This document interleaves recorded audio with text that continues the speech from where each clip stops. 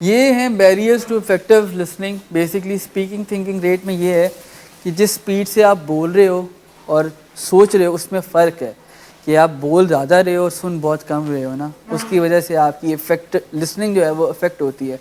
जिसमें मैंने ऑब्वियस बात है, अगर आप सुन ही नहीं रहे हैं अगले की बात और सिर्फ बोल ही जा रहे हैं तो उससे कम्युनिकेशन तो ख़राब होगी ना।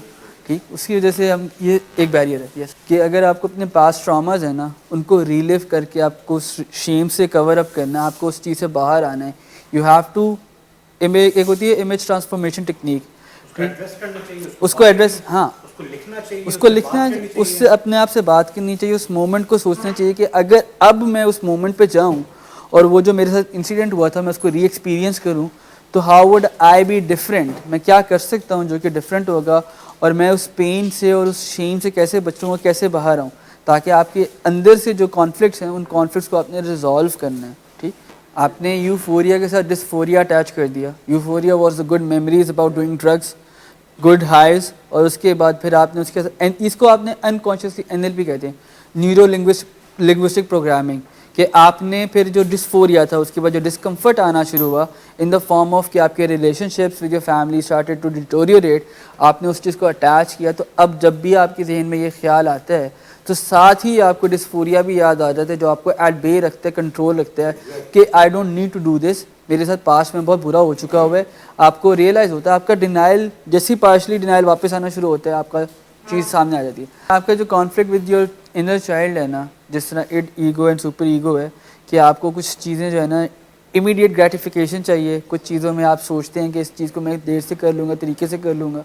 तो इसी तरह आपके पास की जो कॉन्फ्लिक्ट्स है ना उनको आप बार बार तब तक रिविजिट करते रहें जब तक आप उनके साथ पीस ना बना लें। पीस आपने बनाना है, आपने टेक्निक्स को यूटिलाइज़ करना है, किस तरह यूटिलाइज़ करना है, उन चीज़ों के बारे में सीखें, पूछें कि मैं किस तरह अपने पास में मेरा कोई एक इंसिडेंट है अगर जो मुझे बॉदर करते हैं उसको मैं किस तरह कवर अप कर सकता हूँ, उसके साथ कैसे मैं पीस बना सकता हूँ। लेटिंग गो का फिनोमिना सीखें कि I at the time was a child, I didn't know better, मैंने जो किया वो मैंने अपनी उस वक्त की कॉमन अंडरस्टैंडिंग और उस वक्त की अंडरस्टैंडिंग के लिहाज से किया। अगर अब मैं इस पॉइंट पे हूँ और मैं उस पॉइंट को देखूँ तो मैं ये कर सकता था और इस तरह वो बेहतर हो सकता था। तो I need to be at peace with myself whatever happened, just remember the bad memory and turn it into कि मैंने अब फ्यूचर में आगे चल के जो है ना इस चीज़ को मैंने एक अच्छे तरीके से बनाना है और मैंने इस पर कैसे काम करते हुए चेंज करना है अपने आप को, और I can bring change within others life as well. You start helping yourself then you can help others. के जो है ये मसले मसाइल होते हैं, आपको अपने पास को रिफिगर करना है, रिकन्सिडर करके। Now if you look at the incidents that you have done in the past, you just know कि you were under a disease, ठीक है ना, you were not, this was not you, this was your disease, ठीक है, आपका खुद पे बेबस थे, आपने सरेंडर कर दिया, you have accepted, you cannot control it जी। ठीक, तो that's when you will start making peace with it and that's when you'll start making amends कि मैंने अब से अगर मेरे साथ इस तरह होगा तो मैंने इस चीज़ों को दोबारा रिपीट होने से कैसे रोकना है। That is when you'll start healing and talking about it also helps a lot। जब आपके जो मसले मसाइल होते हैं ना आप उनके बारे में जितना बात करते हैं, डॉक्टर के पास जब जाते हैं तो डॉक्टर को डायग्नोसिस तब तक नहीं दे पाता जब तक आप उसको पूरी हिस्ट्री नहीं बताते हैं कि सर मेरे साथ ये मसला है, इतने दिन पहले मैंने ये खाना खाया था जिसकी वजह से मेरा पेट ख़राब हो गया और अब मेरा पेट ख़राब हुआ है तो मुझे इस तरह का जो है वॉशरूम आ रहा है, उसका कलर ये है जिसकी वजह से मुझे ये महसूस हो रहा है। आप पूरे सिम्टम्स बताते हो, पूरी हिस्ट्री बताते हो, उसके बाद वो किसी सही डायग्नोसिस पे पहुंचते हैं ना। तो इसी तरह आप अपने बारे में जब शेयर करना शुरू करते हैं, when you start talking about yourself, अगर if it's about infidelity regarding that things, तो देखें there are some certain limits to which you can share with your partner, क्योंकि आप ये भी एक्सपेक्ट करेंगे जब आप उनके साथ शेयर करेंगे तो उनको इस चीज़ से वो बहुत ज़्यादा जो है ना अनकम्फर्टेबल होंगे और बहुत ज़्यादा हर्ट फील करेंगे, ट्रस्ट लूज़ होगा। ठीक है, तो उस चीज़ को आपको बहुत ठीक है किया हुआ है। इनफिडेलिटी देखें उसकी आपने पूरी डिटेल्स उनको अभी नहीं मालूम, what ever has happen a lot of things, जिस तरह मैं बता चुका हूँ कि फैमिलीज़ को तो पता ही नहीं होता ज़्यादा आपके बारे में, जो बहुत ज़्यादा चीज़ें होती वो तो आप तक ही महदूद है ना, सिर्फ आपको पता है कि आपने क्या क्या इंसिडेंट्स किए हैं, क्या क्या क्राइसिस किए हैं जो फैमिली तक पहुँचे ही नहीं कभी। ठीक, तो उन क्राइसिस के अंदर आपको ये एक चीज़ देखनी है कि अगला इंसान भी किस एक्सटेंट तक आपकी बात को समझ पाएगा और किस एक्सटेंट तक वो आपके साथ जो है ना उस चीज़ को तलाफ़ी कर सकते हैं, आप उसको किस एक्सटेंट तक।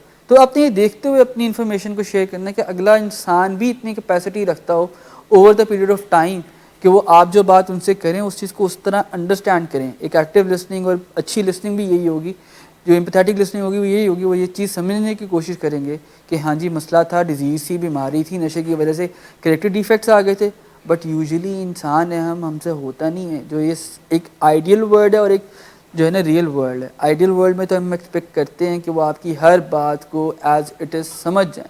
आपने अपनी फीलिंग्स के बारे में ख्याल करना है। अगर आपको किसी ने हर्ट किया, अगर वो अब बंदा इस दुनिया में नहीं है तो आप कुछ भी नहीं कर सकते उस बारे में। You have to make peace with yourself. If someone has hurt you in the past, it was their doing, not your own doing. उसका आप पे रिफ्लेक्ट नहीं करना चाहिए। And if they are not here, if they don't seek forgiveness, it's their responsibility. They might come to realize this after some time, and they might come to you afterwards.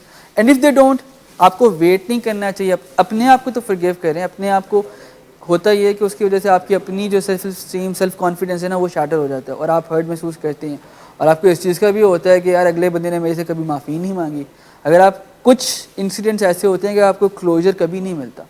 You have to give this closure to yourself कि what has happened, I have to move on with my life। आप moral inventory बनाते हैं ना, उसके बाद fourth या fifth step है या सिक्स स्टेप है, जिसमें जो है ना आप ये भी देखते हैं जब आप माफ़ी, इजाफ़ी और तलाफ़ी करते हो तो उसमें आप देखते हो कि आप किस किस से माफ़ी मांग सकते हो, किस किस से आप इजाफ़ी कर सकते हो, फिर आप तलाफ़ी भी कर सकते हो। जहाँ पे आप मेक श्योर करते हो कि for the loss that you have done आप क्या एक्स्ट्रा करोगे उनके लिए कि जिससे उनको ये चीज़ रियलाइज़ हो जाएगी over the period of time. आपके ऊपर है, डिपेंड करता है। This is up to you कि अगर आपने लिखी है, आप कंफर्टेबल हैं कि मैंने ये मिस्टेक्स की थी या मैंने ये सब कुछ किया था और मैं शेयर करना चाहता हूँ फैमिली के साथ या अपने बहन भाइयों के साथ, किसी के साथ भी, दोस्तों के साथ, तो you can give them your moral inventory. वरना वैसे ये है आपके खुद के लिए। इस चीज़ में आपको सबसे पहले ये रियलाइज़ करना चाहिए क्रेविंग्स क्या हैं, क्रेविंग्स किस तरह आती हैं, क्रेविंग्स होती क्या हैं। जितना ज़्यादा आपको अपनी बीमारी के बारे में मालूम होगा ना उतना ज़्यादा अच्छा आप इस चीज़ को केटर कर सकते हैं। जितनी ज़्यादा आपकी जानकारी होगी, जो यहाँ से आपने नॉलेज लिया होगा, उसको आप जितना इम्प्लीमेंट करना शुरू करेंगे प्रैक्टिकली जिन चीज़ों को, देखिए कह देना कि मैं ये काम करूँगा और उस काम को जब आप करते हैं तो बड़ा फ़र्क होता है। जब आप कोई स्किल सीखते हैं उस स्किल को आप पहली दफ़ा ठीक नहीं कर लेते, आपको बार बार करना पड़ता है। With the passage of time आप उसमें परफेक्ट होते जाते हैं और बेहतर होते जाते हैं। तो ये रियलाइज़ करना कि मैं चीज़ों को एक दिन, one day at a time लेके चलूँगा, मैं अपनी क्रेविंग्स को पहचानूंगा कि मेरा ये पुराना पैटर्न है, इस वजह से मैंने रिलैप्स किया था, ये चीज़ें मैं करता हूँ तो काम ख़राब होता है। डिनाइल को तोड़ना सबसे ज़्यादा कि मसला है, वाकई में मसला बहुत ज़्यादा है। फैमिलीज़ को इस बात पे काउंसिल किया जाता है, फैमिलीज़ को काउंसिल किया जाता है इस बारे में कि आपकी ये तलब सारी ज़िंदगी आपको होगी। उसकी इंटेंसिटी और फ्रिक्वेंसी बाद में वक्त के साथ साथ कम होती जाएगी। शुरू में पहले 6 महीने बल्कि 27 महीने समझ लें जो अर्ली रिकवरी है ना, उसमें जो है हालात बड़े पतले ही रहते हैं। आप काफ़ी उदास, नाराज़ भी रहेंगे कि अभी नशा छूटा है। जैसे स्पेसिफिकली आइज़ के पेशेंट्स में मैंने ये देखा बहुत ज़्यादा पाया जाता है कि वो ट्रीटमेंट के शुरू के दिनों में बहुत ज़्यादा एक्टिवली पार्टिसिपेट कर रहे होते हैं ग्रुप्स में, हर चीज़ में, और आफ्टर 60th डे ना डाउन होना शुरू हो जाते हैं।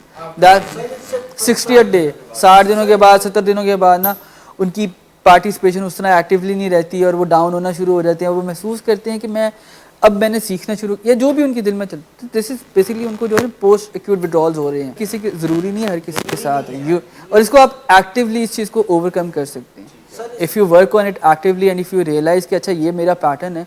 मैंने 3 से 4 पेशेंट्स के अंदर ये चीज़ देखी थी कि पहले 60 डेज़ तक वो बहुत एक्टिवली पार्टिसिपेट कर रहे थे ग्रुप्स में, हर जगह बहुत अच्छा इनपुट था उनका।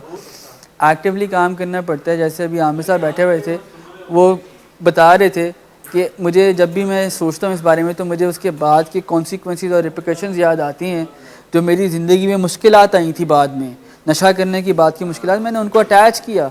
जब भी मुझे यूफोरिक रिकॉल होता है, जब मैं सोचता हूँ कि जो मुझे नशा करने से मज़ा आता है, फिर मैंने उसके साथ ये भी अटैच कर दिया कि मेरे साथ क्या क्या मसले हुए थे नशा करने के बाद।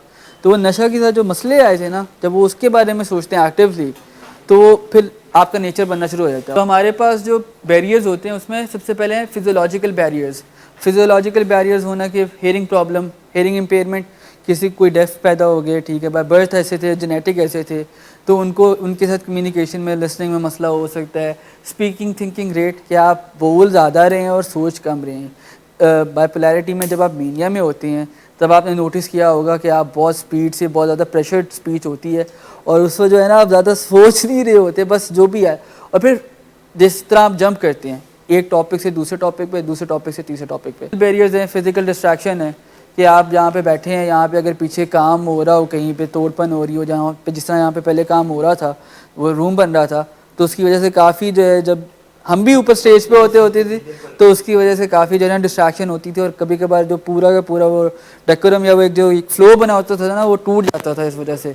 तो उस वजह से सब बंदा भूल भी जाता है। एक ट्रेन ऑफ थॉट है ना कि आपको किसी ने बीच में रोक दिया तो आपकी ट्रेन ऑफ थॉट जो होती है वो डिस्टर्ब हो जाती है और आपको याद नहीं रहता कि आप किस बारे में बात कर रहे थे और फिर आपको 2 मिनट लेने पड़ते हैं to think about what was going on in the group. और उसके बाद आती है फिर मैसेज ओवरलोड कि आपके ऊपर बहुत ज़्यादा बर्डन आ रहा है कि आप सुनने वाला काम आपका बहुत ज़्यादा हो गया। आप 1 घंटे 2 घंटे 3 घंटे 4 घंटे के लिए अगर आप बैठ जाएँ तो आपसे नहीं देखा जाता, नहीं सुना जाता, ठीक। तो इसको बीच में आपको जो है थोड़े थोड़े से ब्रेक ले लेना या आपको इस चीज़ को रियलाइज़ करना, एक्टिवली माइंडफुलनेस को प्रैक्टिस करना कि मैंने वापस आना है। मैं अभी यहाँ से अगर डिसोरिएंट कर रहा हूँ, यहाँ से मैं डिसोसिएट कर रहा हूँ अपने आप को, तो एक्टिवली अपने आप के ऊपर काम करके वापस आना। एटीट्यूडनल बैरियर्स जो है ना सबसे, यानी मेरा ख्याल है कि ये सबसे अच्छी चीज़, एक जो मैं बताऊँ प्रेजुडिस होना, कि अभी इस इंसान प्रेजुडिस, आप, मैं आपको ये बता रहा हूँ, किसी इंसान के बारे में आपने किसी और से सुन लिया, ठीक है, और उसके बारे में एक इमेज बना ली कि इसने जो भी बात करनी है ना इन्हें बस इंज दी गल करनी है, स्टीरियोटाइप बना लिया, स्टीरियोटाइप बना लिया कि इस बंदे की बात अच्छी नहीं होती, ये बंदा जब भी बात करता है हमेशा अपने मुंह से जो है ना ऐसी बात करेगा जिससे अगले हर्ट होंगे, ठीक। ये बिल्कुल है कि इस तरह की कास्ट सिस्टम पे होता है, कि क्लास पे होता है, कि इस तरह के लोग जेंडर पे होता है। तो ये सारी कंस्ट्रक्टेड रियलिटीज़ हैं और कंस्ट्रक्टेड प्रेजुडिसेस हैं जिनको हमें एक्टिवली मिनिमाइज़ करना चाहिए, जिनके ऊपर हमें काम करना चाहिए, ताकि हम जो है ना इस चीज़ को हटा के, हम जब तक किसी इंसान से मिलते नहीं हैं ख़ुद या बात नहीं करते तो हमें किसी के बारे में कोई ओपिनियन फॉर्म नहीं करना चाहिए। अगर हमने किसी और से सुन के अपने किसी और के बारे में कोई ओपिनियन बनाया होता है तो यूजुअली वो ओपिनियन कोई बहुत अच्छा नहीं होता और लोग जो हैं, अक्सर होता भी ऐसी है, वो कहते हैं कि यार मैंने सुना तो आपके बारे में ये था, जब मैं आपसे पर्सनली मिला हूँ तो मैंने देखा आप तो बड़े अच्छे इंसान हैं जी। हालांकि मैं ये बताऊँ कि जब बातें रिपीट भी हो रही होती हैं ना, आप सिर्फ इस चीज़ को नोटिस करें एक्टिवली कि जब वो बात पहली दफ़ा रिपीट हुई थी कितनी इन्फॉर्मेशन रिटेन की थी, फिर दूसरी दफ़ा रिपीट हुई तो उसको कितना रिटेन किया, अगर वो तीसरी बार भी रिपीट हो रही है तो कितनी इन्फॉर्मेशन मैंने अब तक रिटेन की है, पूरे दौरानिए में कितनी रिटेन कर पाया हूँ। तो वो रिटेन काफ़ी कम होती है क्योंकि यूजुअली ऐसा होता है कि नशे वगैरह करने की वजह से जो कैपेसिटी होती है टू शॉर्ट टर्म मेमोरी भी, ओवरऑल जो आपकी कॉग्निटिव एबिलिटी है, सोचने समझने की सलाहियत होती है, उस पर काफ़ी असर पड़ चुका होता है और उस चीज़ को इफ़ेक्ट को जाते हुए 6 महीने से 2 साल लग जाते हैं। 6 महीने लगते हैं मिनिमम और 2 साल मैक्सिमम कि वो जो सारा इफ़ेक्ट है बाहर जाके, जब आप अपनी कॉग्निटिव एबिलिटीज़ को दोबारा, आपने जो पढ़ाई कर रहे होते हैं, एजुकेशन में होते हैं, वो ये देखते हैं, नोट करते हैं कि उनसे उस तरह से नहीं पढ़ा जा रहा। उनको जहाँ पे पहले वो एक चीज़ को, एक पैराग्राफ को 10 मिनट में समराइज़ कर लेते थे, अब उनको शायद वो 15 से 20 मिनट लगते हैं और एक ही लाइन को बार बार भी पढ़ना पड़ता है थोड़ा सा समझने के लिए। तो हम बात कर रहे थे कि अब ये देखें कि जब आप यहाँ से जाते हैं तो आपको यूजुअली शुरू में महसूस होता है कि मैं उस तरह फास्ट नहीं हूँ या मैं उस तरह तेज़ नहीं हूँ, मैं चीज़ों को उस तरह कॉम्प्रीहेंड नहीं कर पा रहा हूँ, ये चीज़ें महसूस होती हैं, लेकिन इस पर एक्टिव काम करके आप इस चीज़ को भी बेहतर कर सकते हैं। और ईगो सेंट्रिज्म होना कि अपनी बात ज़्यादा सुनाने के लिए, जैसा मैंने कहा कि आपने सुनना कम और सिर्फ रिप्लाई करने के लिए जब सुना ना, तब मेडिसिन का रोल पे कुछ हद तक होता है, इसमें ज़्यादा साइकोलॉजिकल भी होता है कि हम उस चीज़ को अपने ऊपर जो है ना कर लेते हैं कि मेडिसिन की वजह से ऐसी है। हालांकि मीटिंग में आपने देखा होगा जब कोई बात पसंद नहीं आती तो एनर्जी वहीं पे होती है, हैं ये कैसे कह दिया, ऐसी बात है, तब आपकी एनर्जी वापस आती हैं। So it is more of कि आपकी अपने बस में भी होता है हाउ यू वांट टू जी। फैमिली के ऊपर इस चीज़ के साथ काम होता है, फैमिली को बताया जाता है कि उनको जिस तरह आपको बता रहे हैं उसी तरह उनके साथ भी फैमिली जो सेशन होता है उसमें उनको बताया जाता है कि जी अगर आपका मरीज़ इस बारे में बात करता है कि मुझे तलब हो रही है, मुझे क्रेविंग हो रही है, इस नहीं, यही तो डर है, ये जो डर है ना कि इंडोर्स करा देंगे, ये डर है आपका, ये गलत सोच है। आप कुछ भी, इवन अगर आप मूड ऑल्टरिंग सब्सटेंसेस को भी यूज़ करना शुरू करते हैं जिसमें एनर्जी ड्रिंक्स आती है ना, उसकी वजह से भी आपकी रूटीन ख़राब होगी, रेड बुल वगैरह, ठीक है ना, चॉकलेट्स भी, कोक पेप्सी, ठीक, फिजी ड्रिंक्स भी, साइकोसिस नहीं, इनसे आपका मूड ख़राब होता है, क्योंकि इनमें कैफ़ीन होती है, एक्स्ट्रा कैफ़ीन होती है। कैफ़ीन आपको स्टिमुलेंट होता है, वो आपको एक्टिव करती है। This is what it is कि बेसिकली जब आप चिंप शुरू करते हैं ना, this is in your brain, you can divide your psychological mind. आपका जो नफ्सियाती जहन है ना, वो 3 पार्ट्स पर मुश्तमिल होता है। 3 पार्ट्स ऑफ द ब्रेन होते हैं जो कि इकट्ठे काम करते हैं और वो आपके नफ्सियाती जहन को बनाते हैं। उसको हम कहते हैं साइकोलॉजिकल माइंड।